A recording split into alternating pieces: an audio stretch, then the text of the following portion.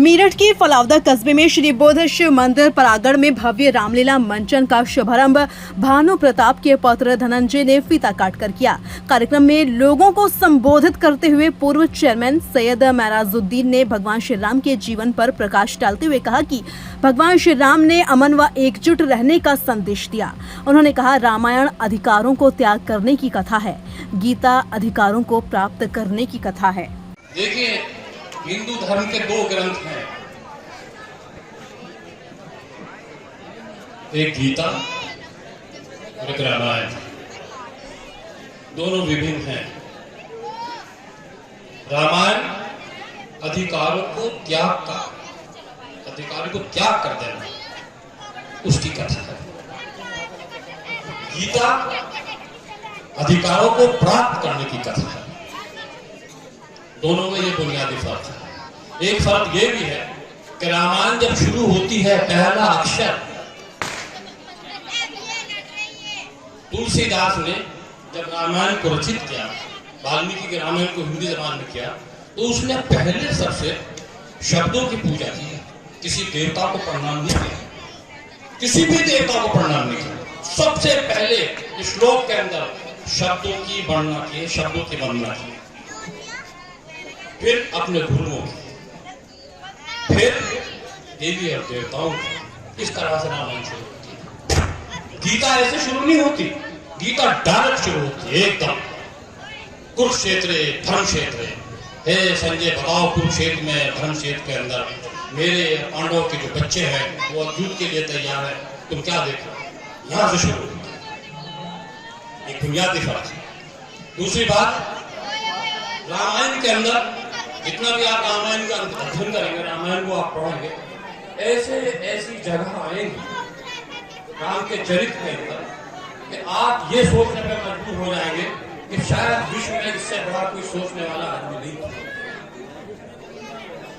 राम भारत की पहचान है, ये भी है क्या भारत का अगर चरित्र किसी को कहते हैं, भारत का चरित्र बताओ क्या है। भारत का चरित्र की बात से सिर्फ एक चीज आती है, वो राम का नाम। पूरा विश्व इस चीज को जानता है। मर्यादा पुरुषोत्तम भी है, सहनशीलता भी रखते हैं, और सहनशीलता ऐसी कि बर्बाद होता है, बाप के कहने से नहीं जाते, मां के कहने से जाते। ये सहनशीलता थी। और दूसरी, बाप का संस्कार होता है, संस्कार दशरथ का, उसमें नहीं आते। दशरथ के दो शीर गिर का जब मौत होती है, उसके अंतिम सरकार में जाते। क्यों? क्योंकि वो उनके पिताजी का सबसे अपना मित्र था। यह है सहनशीलता। ऐसे बहुत सी जगह आएंगी रामायण में जहां शबरी के बारे में कहा गया है।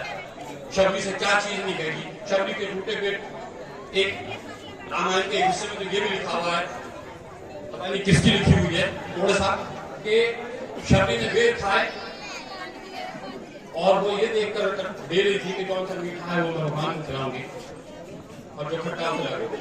लेकिन लक्ष्मण ने उसको मना किया। फिर भी राम ने कहा खाओ, तो उन्होंने खा के पीछे को फेंक दिया।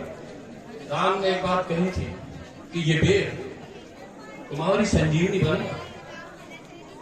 तुमने इसे घृणा से फेंका, लेकिन इसमें जीवन है। वही बेर दूर जाके पड़ा और पहाड़ों पर जाकर संजीवनी बन गया।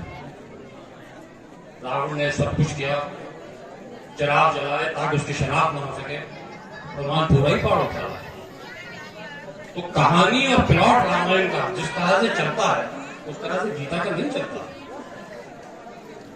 महिलाओं को जितना सम्मान रामायण में दिया गया, इतना सम्मान किसी ग्रंथ में कम है। मैं ये नहीं कहता गीता में नहीं, ठीक है, द्रौपदी के साथ जो कुछ हुआ, लेकिन रामायण के अंदर तो माँ, बहन, भाई सबका। देखो, लक्ष्मण को थोड़ी वनवास हुआ,